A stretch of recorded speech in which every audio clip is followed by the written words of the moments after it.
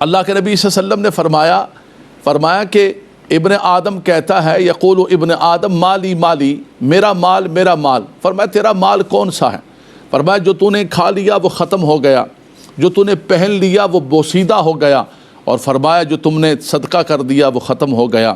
ہاں دوسری روایت کے اندر آیا کہ ہاں وہ مال ہے جو تو نے آخرت کے لیے رب تبارک و تعالیٰ کی بارگاہ کے اندر بھیجا۔ یا ایھا الذین آمنوا اتقوا اللہ ولتنظر نفس ما قدمت لغد، جمع تو وہی ہے جو رب تبارک و تعالیٰ کے نام پر تو نے انویسٹمنٹ کر دی۔ باقی جو تم نے کھا لیا پی لیا یا پھر تم جو مال چھوڑ کے جاؤ گے وہ مال تمہارا مال نہیں ہے، وہ تو ورثاء کا مال ہے۔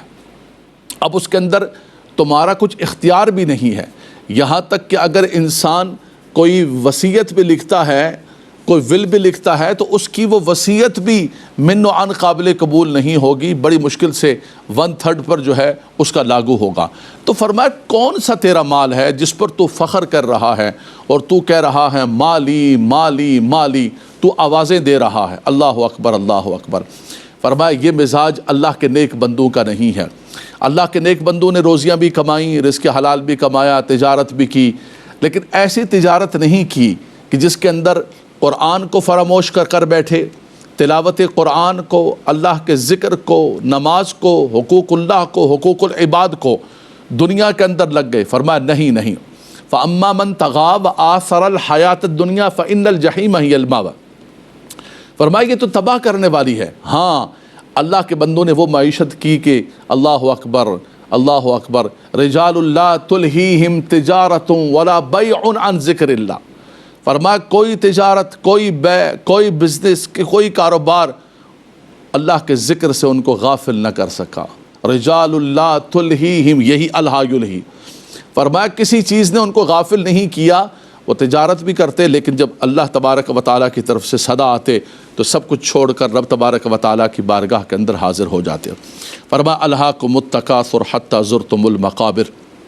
فرمایا کہ تمہیں مال کی کثرت نے اور اس کثرت کے اندر تفاخر نے، اور یہ جو تکاثر ہے اور اس کے اندر ہر چیز ہے، انسان اپنے خاندان کے تکاثر پر بھی فخر کرتا ہے، کہتا ہے میرا خاندان سب سے بڑا خاندان ہے، فلاں خاندان سے ہمارا تعلق ہے، ہمارے خاندان کے نفر اور افراد سب سے زیادہ ہیں اور ہمارے سردار سب سے زیادہ ہیں۔ اس کی کچھ شان نزول بھی ذکر کی گئی ہیں کہ آل مکہ جو ہے وہ اپنے خاندانی وجاہت پر اور خاندانی طاقت پر بڑا فخر کیا کرتے تھے کہ ہماری سب سے زیادہ تعداد ہے اور نفر ہے۔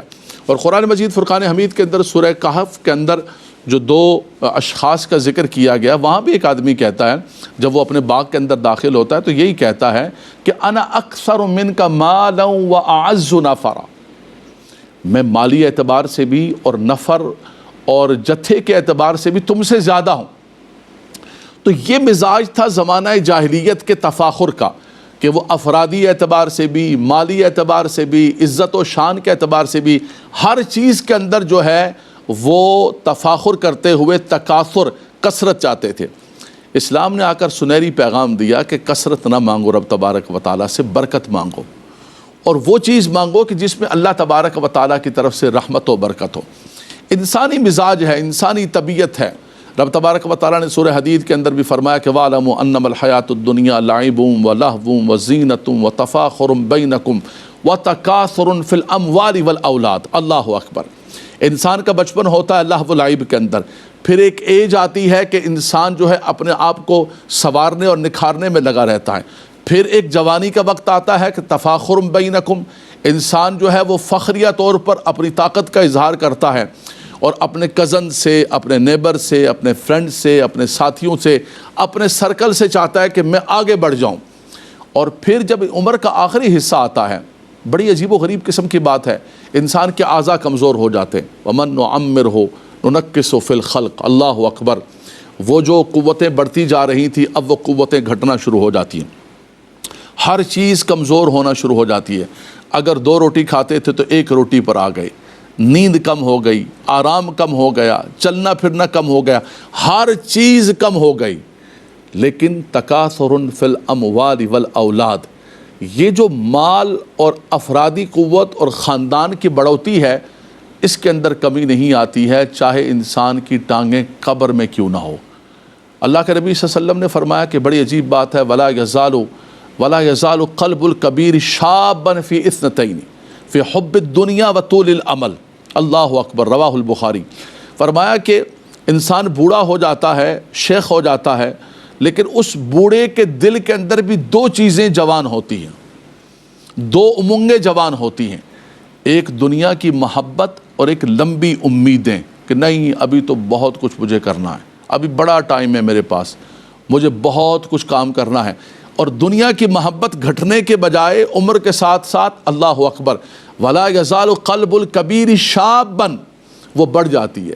اور کیسی بڑھتی ہے کہ ہزاروں خواہشیں ایسی کہ ہر خواہش پہ دم نکلے، انسان کہتا ہے مجھے یہ بھی مل جائے، مجھے یہ بھی مل جائے، یہ بھی مل جائے، حتیٰ زرتم المقابر۔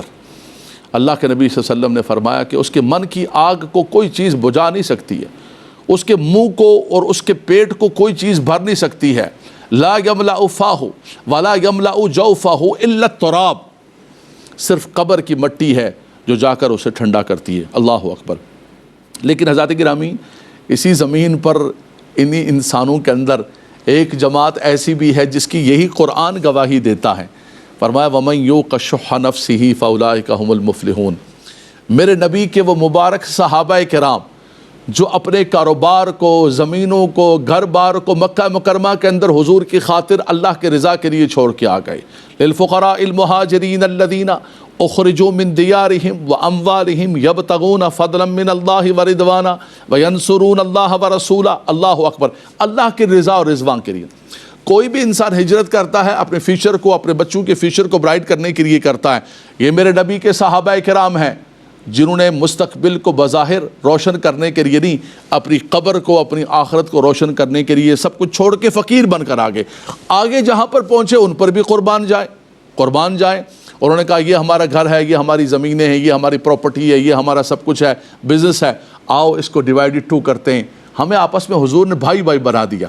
اس موقع پر رب تبارک و تعالیٰ نے فرمایا کیا بات ہے، کیا بات، فرمایا وَمَن یُوقَ شُحَّ نَفْسِهِ فَأُولَٰئِکَ هُمُ الْمُفْلِحُونَ۔ فرمایا جن کے من سے حرص و ہوس کو کھینچ لیا گیا، دنیا کے اندر رہتے ہیں، کاروبار کرتے ہیں، تجارت کرتے ہیں، بچوں کے نان و نفقہ کی سائی کرتے ہیں، لیکن حرص و ہوس کا پتلا بن کے نہیں، دنیا کے پیچھے مر نہیں رہے ہیں، بلکہ رب تبارک و تعالیٰ نے اس لالچ کو ان کے من میں سے کھینچ لیا۔